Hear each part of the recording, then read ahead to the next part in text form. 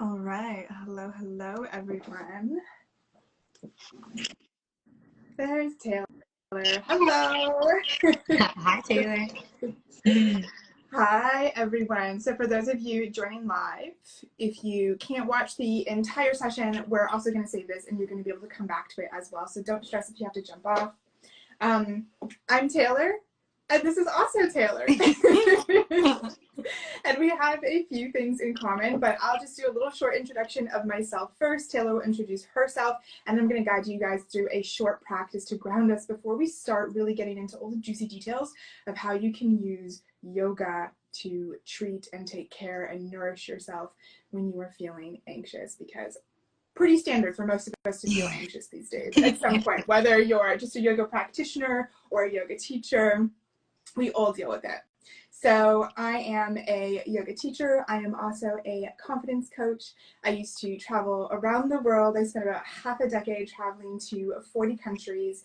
And then I realized that I wasn't really happy. And I felt really guilty about having this dream life and not really wanting it anymore.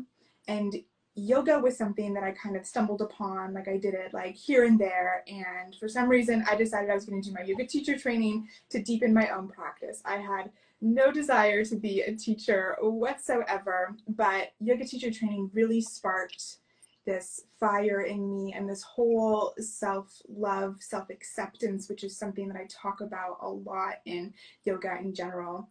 And it's led me on this journey to become a teacher because I know from firsthand experience how yoga truly can transform your life, as I'm sure many of you know, and it's just something that I have such a passion to share. And yoga specifically has helped me a lot with my anxiety. It's something that I deal with all the time, so I am not shy to talk about this topic, and I'm sure that some of the things I feel, you also feel as well.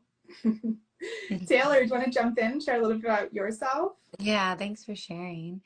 And so fun. So my name's also Taylor, and I am also a yoga teacher, and I've been teaching now for about a decade. And more recently, I've dived more into mentoring and coaching people on all spectrums of yoga on and off of the mat to tap into the subtle body to help people guide themselves back into inner peace and presence and really just allow yourself to feel the best in each moment. Because I also struggle a lot with anxiety and fear-based thoughts and a lot of emotions that arise that we weren't really ever taught coping skills of how to deal with. And so through yoga, I found a bunch of coping mechanisms that have helped soothe anxiety and triggers and different things as they arise to allow myself to live in alignment and feel my most authentic self.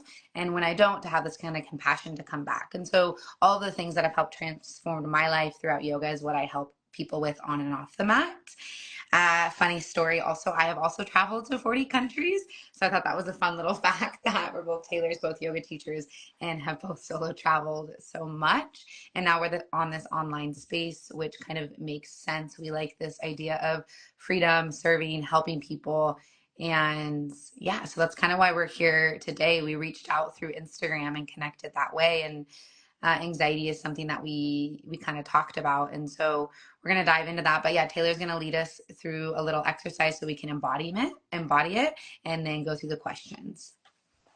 Yeah, and I think it's just really important to note before I start leading us into the practice that anxiety, fear, all these emotions that come up are not things that are ever going to fully go away. They're part of being humans. They're things that we have to learn how to deal with. We can minimize them and we can learn how to cope with them.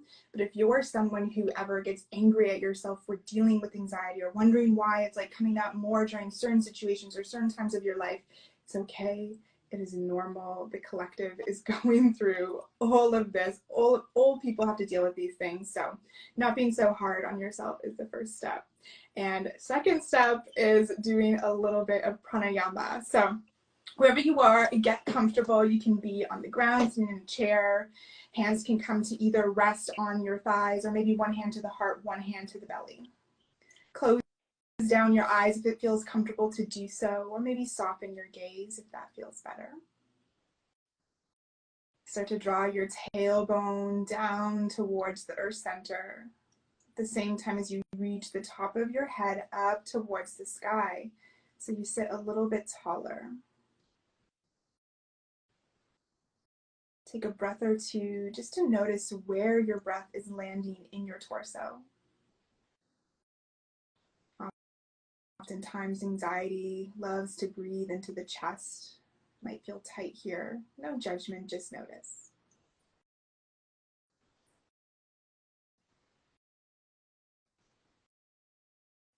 On your next inhale, we'll start a deep breath in for a count of 4. So fully exhale out this breath. Inhale deeply for 4, 3, 2, 1. Pause at the top for 4, 3, 2, 1. Exhale out through the nose for 6, 5, 4, 3, 2, 1. Inhale for 4, 3, 2, 1. Hold for 4, 3, 2, 1.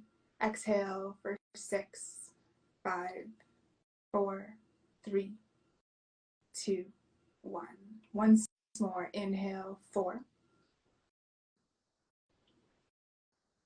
Hold, 4. Exhale for 6.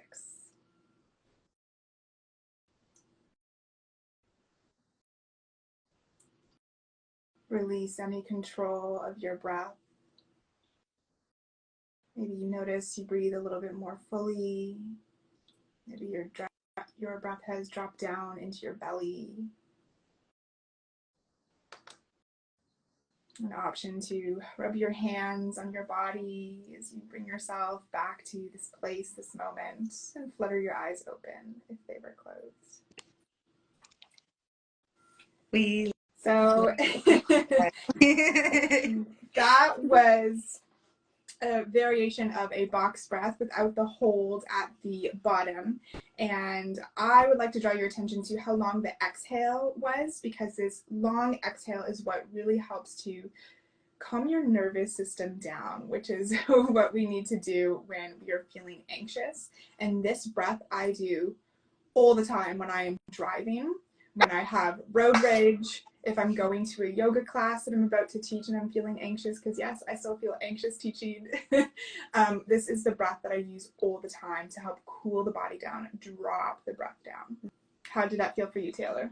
It felt so good, and it was just, it's also nice too, I think, as a yoga teacher, being guided by someone else, because I think we teach and we share so much that sometimes the balance of you being taught gets like a little bit lower.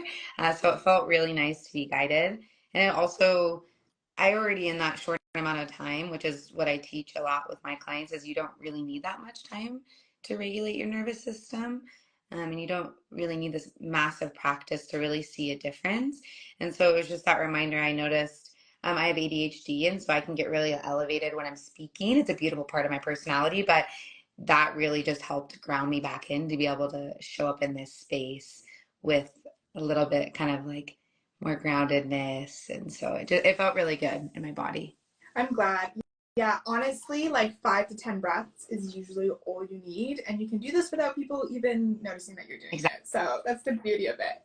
So we have a few questions for each other, and I know that you guys are going to get lots of takeaways from these. So Taylor, you call yourself the Realistic Yogi, which I absolutely love. But what is it about this name, calling yourself the Realistic Yogi, and that you share, that makes yoga so accessible in real life scenarios, especially when anxiety comes out? Yeah. So a few things with that question. So the realistic part actually came to me in a meditation, which is where most of my ideas and insights come to me, is when I'm in this quiet space with myself.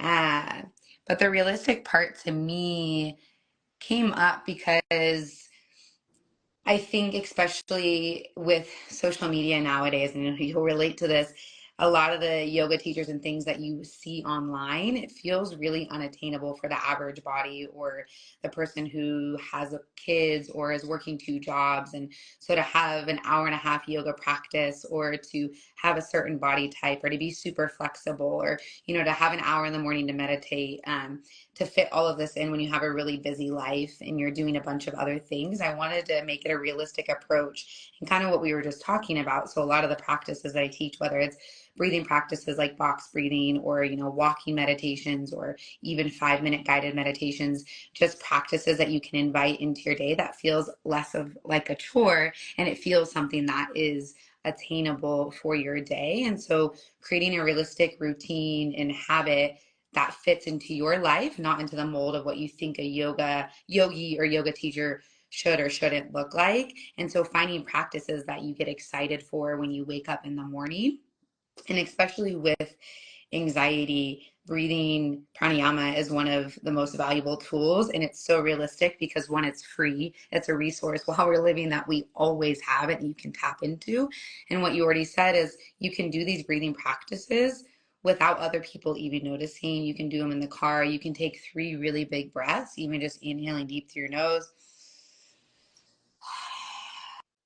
an audible sigh out the mouth. You'd be surprised. You do that 3 to 5 times, and that's really going to shift your energy in your nervous system. And so this idea of a realistic approach, that you have all the resources within you, and just finding different ways and techniques to tap into them. For sure. Yeah. I think a lot of people, I mean, I used to have this judgment as well. I was like, oh, yoga teachers must practice so much yoga. And now that I'm a yoga teacher, I'm like, my practice is like 10 to 15 minutes, 20 minutes max in the morning. And that is it. I did an 18-minute practice this morning. Fabulous. That's all you need, truly. It comes more throughout the day. The more challenging part is trying to figure out what practices will serve you in the moment. Yeah. And it is challenging for sure, but once you know it, like, you are so golden because they just come to you so fast. Yeah. And it's like, also, I think, we are physical beings. And so obviously moving your body is so important, but it doesn't, an 18-minute practice is such a beautiful practice, 10-minute practice. And I still think there is value in creating this habit and routine in the morning, but something, like you said, that feels good. For instance, my morning practice of movement on my mat physically was only 18 minutes. But the first thing I do, my yoga practice right when I wake up, is drinking 16 ounces of water. It's stepping out in the sun before checking my phone. It's shaking my body. It's meditating. It's journaling. It's reading. It's all of these things that like kind of encompass. So then you get to set the tone for your day, and you've created this space for yourself in the morning. So when things are chaotic throughout the day, or big emotions and different things, you kind of are like, oh, well, wait, I have this space to kind of tap back into or something. So I really like that. Okay, I'm gonna ask you a question now. Okay, how do you feel building confidence helps manage anxiety? And how do you feel your yoga practices help with creating confidence and reducing anxiety on and off of the mat? So I believe that we all have confidence within us already. I don't think it's something that's necessarily built, and more that we have to uncover. And if we look at anxiety as this like dirt that's kind of over, like covering our confidence, then you can look at it as like, oh, managing anxiety will help me to reveal my confidence, to reveal, I like to talk about it as being like your glow, because there's this like essence that people hold about them when they are more confident. And if we think about it, how like confidence needs to be built, then it's just like, oh, I always have to do more. There's something else that I've got to do. But if we think about it, how it's already something that's inherently within us, and using yoga as a tool to manage our anxiety, to create more confidence, I think just feels so much more freeing and a little bit more realistic as well, because doing all the time, we know that leads to burnout. We know that that doesn't lead to good places normally.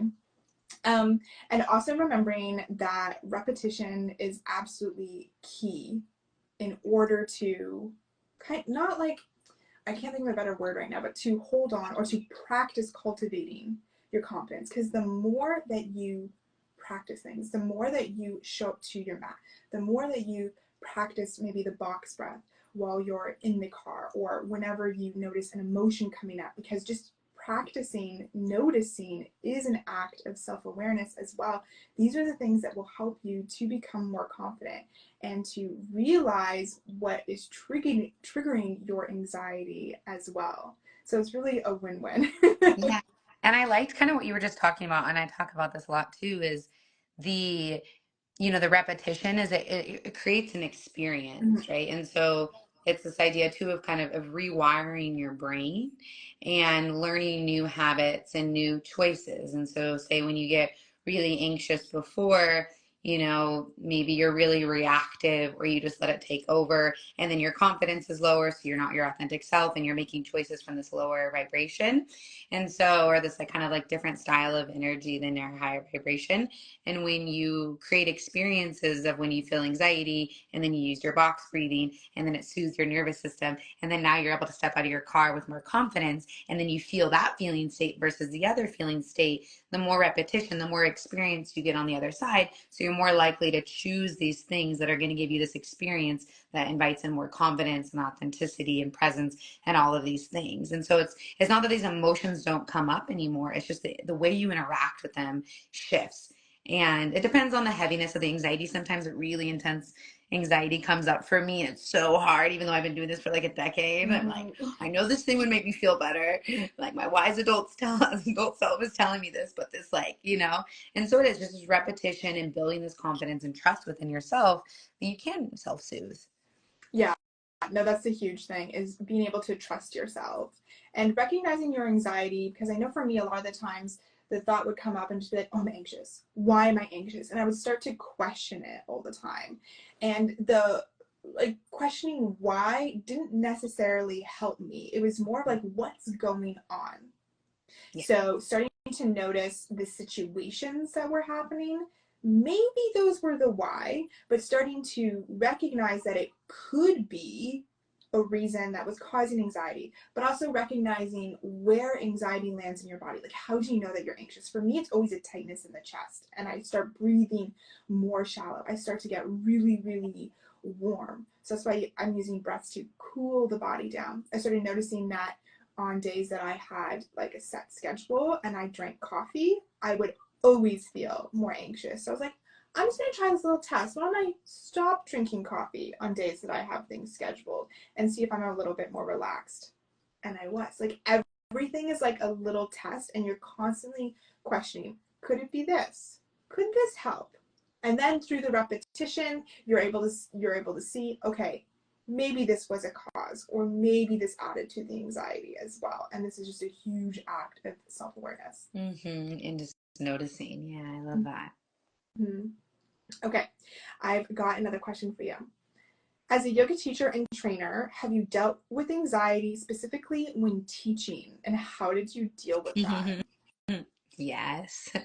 That'd be crazy if I was like, no, I've been teaching for 10 years and I've never felt anxious when I was teaching. That wouldn't make me relatable. And that into also anyone who's listening who is a yoga teacher, who wants to be a yoga teacher, or has their certification and hasn't taught yet. It's so normal to feel anxious.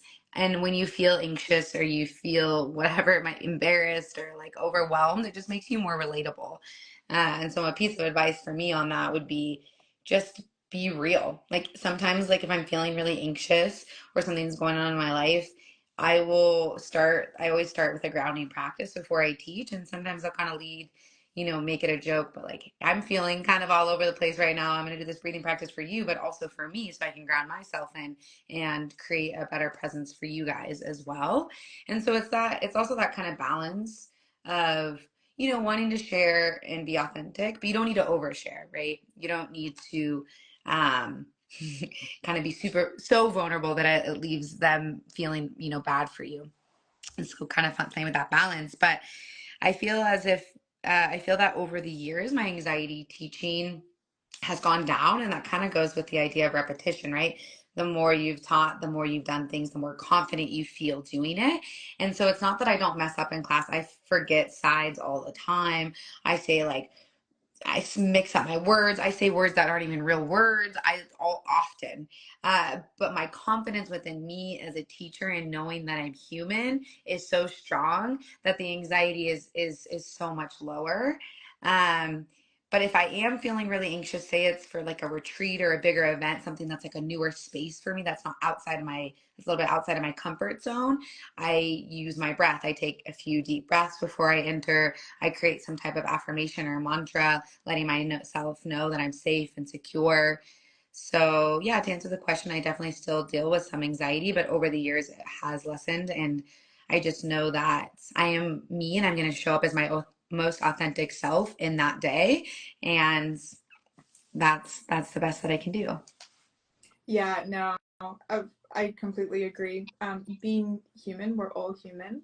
If a student is ever going to judge you because they notice that your anxiety, that's on them and not about you. Any judgments from your students is always on them and nothing about what you're doing. And I too use like the first couple of minutes when I'm like cueing people into their breath, I'm breathing with my students as well to help get me into the space and into the moment as well. And if you're experiencing anxiety while you're teaching, I like to ask myself, oh, am I being here in this moment? Because if you're anxious, you're usually living in the future. And it goes to show that I'm not being in the moment with my students. And it's not only my job, but I want to be there as well. And that usually brings me back pretty quickly and I'm able to focus pretty well. Yeah, exactly. You're grounding yourself back into the Yeah. moment. And yeah, and it's such an interesting thing being a yoga teacher. I talk about this a lot. It's like you're literally standing in front of a room speaking to, who, however, depending on how many people in your class, maybe it's six, maybe it's 40, and you're speaking for an hour and nobody is saying anything to you, right? And they all are looking at you. Sometimes they look at you like they're so uncomfortable and they're not wanting to be there. And then afterwards they're like, oh my God, thank you so much. It was the best class. So I think that idea, I like that, like bringing yourself back in and just staying rooted and confident in yourself. And because when you start to feel anxious and you start overthinking about like what they're thinking and if they're liking it, if they're not, then you're coming out of your body. And so just reminding yourself to come back into your body, stay grounded, and just speak things that feel authentic to you. Yeah, for sure. And final note on that, sometimes I will go into the practice. Are you still there? Did you cut out for a second? Okay, There we go. we're back. Uh, Sometimes I will drop into the practice that I'm teaching if I'm feeling anxious, and I'll do like the essential lutes or up into the warrior two, whatever I'm guiding in that moment. And I always have notes with me. Even though the sequences that I teach, I have taught so many times, I've always got my phone open beside me to control music, and I have my sequence open for those times when suddenly anxiety decides to take hold, and I'm just like, oh my God, I don't know what to do. I have something there. And not everyone needs that, but that's just something that makes me feel at peace. And other times I'm just like completely like, no notes today. We're going freestyle. I have no idea what's coming next. and that comes with time too. So I think Yes. that's, yeah, notes are great. And that means you're prepared. So don't ever feel weird about having notes if whoever's listening to this, if you're Mhm. teaching. I've barely ever used them, but I always have them there. It's this kind of like security blanket. Like just in case. I Yes. never look at it, but just in case today I do. Okay, let's ask you something else. Okay, would you say, and I think we've kind of already answered this, but would you say you struggle with anxiety daily? And what are some of your favorite practices you use to manage this? Yeah, I struggle with anxiety daily for sure. And it definitely becomes worse when I'm not taking time for myself. So I've learned this from one of our teachers that we both had the same teacher. We're in the same Yeah, cohort, but just send him some. Brett Larkin, she's fabulous, and she taught me to start asking yourself, what do I want? And this is a practice of svadhyaya, self-care, self-awareness, however you want to translate it. And so every single day when I sit down and I start work, first thing I ask myself is, what do I actually want to do today? What do I want to do with work? And what do I want to do with my life outside of work? Because the entire day cannot be work. That's usually when anxiety becomes its highest and it starts getting really crazy. So aside from using the box breath, just this simple question of asking yourself, what do I want? And normally it comes to you very quickly. It might be something crazy like, I feel like going to Bali today, and that's not realistic. But normally it's something very simple like, oh, I just want to stand in the sun, or I really don't want to take this meeting. Can I reschedule this? Yeah. And that Yeah. can just make things seem so much more calm and like you're in control Yeah. because you really do have a choice for everything in your life. Yeah, I love that. And I like that too, and giving that moment of silence just to listen because we're constantly distracted and distracting ourselves with our phones or whatever it might be. And we're not taking enough time to just be. So that's also another reminder if you're struggling with anxiety, take a moment to notice how much you're playing with your phone. And all of these things aren't to shame yourself, you're just noticing. So it's all with compassion, but just take a moment to notice. Like if you're feeling a lot of anxiety, see how much you're taking time to connect with yourself, to sit in silence. I know it can feel really scary sometimes, but even if it's for a moment, the next time you're feeling anxious or kind of just out of body, a lot of the times the first thing we do is grab for our phone or grab for some type of distraction. I think distraction in some phases and some areas can be useful depending what we're going through, but just take a moment to ask, hey, like, is grabbing for my phone right now really what I need? Or maybe I just need to close my eyes for a moment, put my hands on my heart or on my belly and take a few deep breaths, just closing my eyes. Or maybe I need to step outside in the sun. Or maybe I'm craving connection. Maybe I need to call a friend or somebody or like go walk to a coffee shop. And I would just remind yourself just to take a moment before grabbing for your phone, something that might induce more anxiety because it causes comparison and all of these other things, but it tricks you because it releases dopamine as well. So just be mindful of when you're feeling anxious if you might just need more time with yourself. Mm-hmm. Yeah. Now, we do have more questions, but I do want to be mindful of Yeah. people's time. So, do you want to wrap it up Yeah. here? Yeah, okay, perfect. So, like I said in the intro, both of us are coaches. We love talking to people about these things. It is a huge, huge passion of mine to help people move through the emotions that keep you stuck in self-doubt specifically.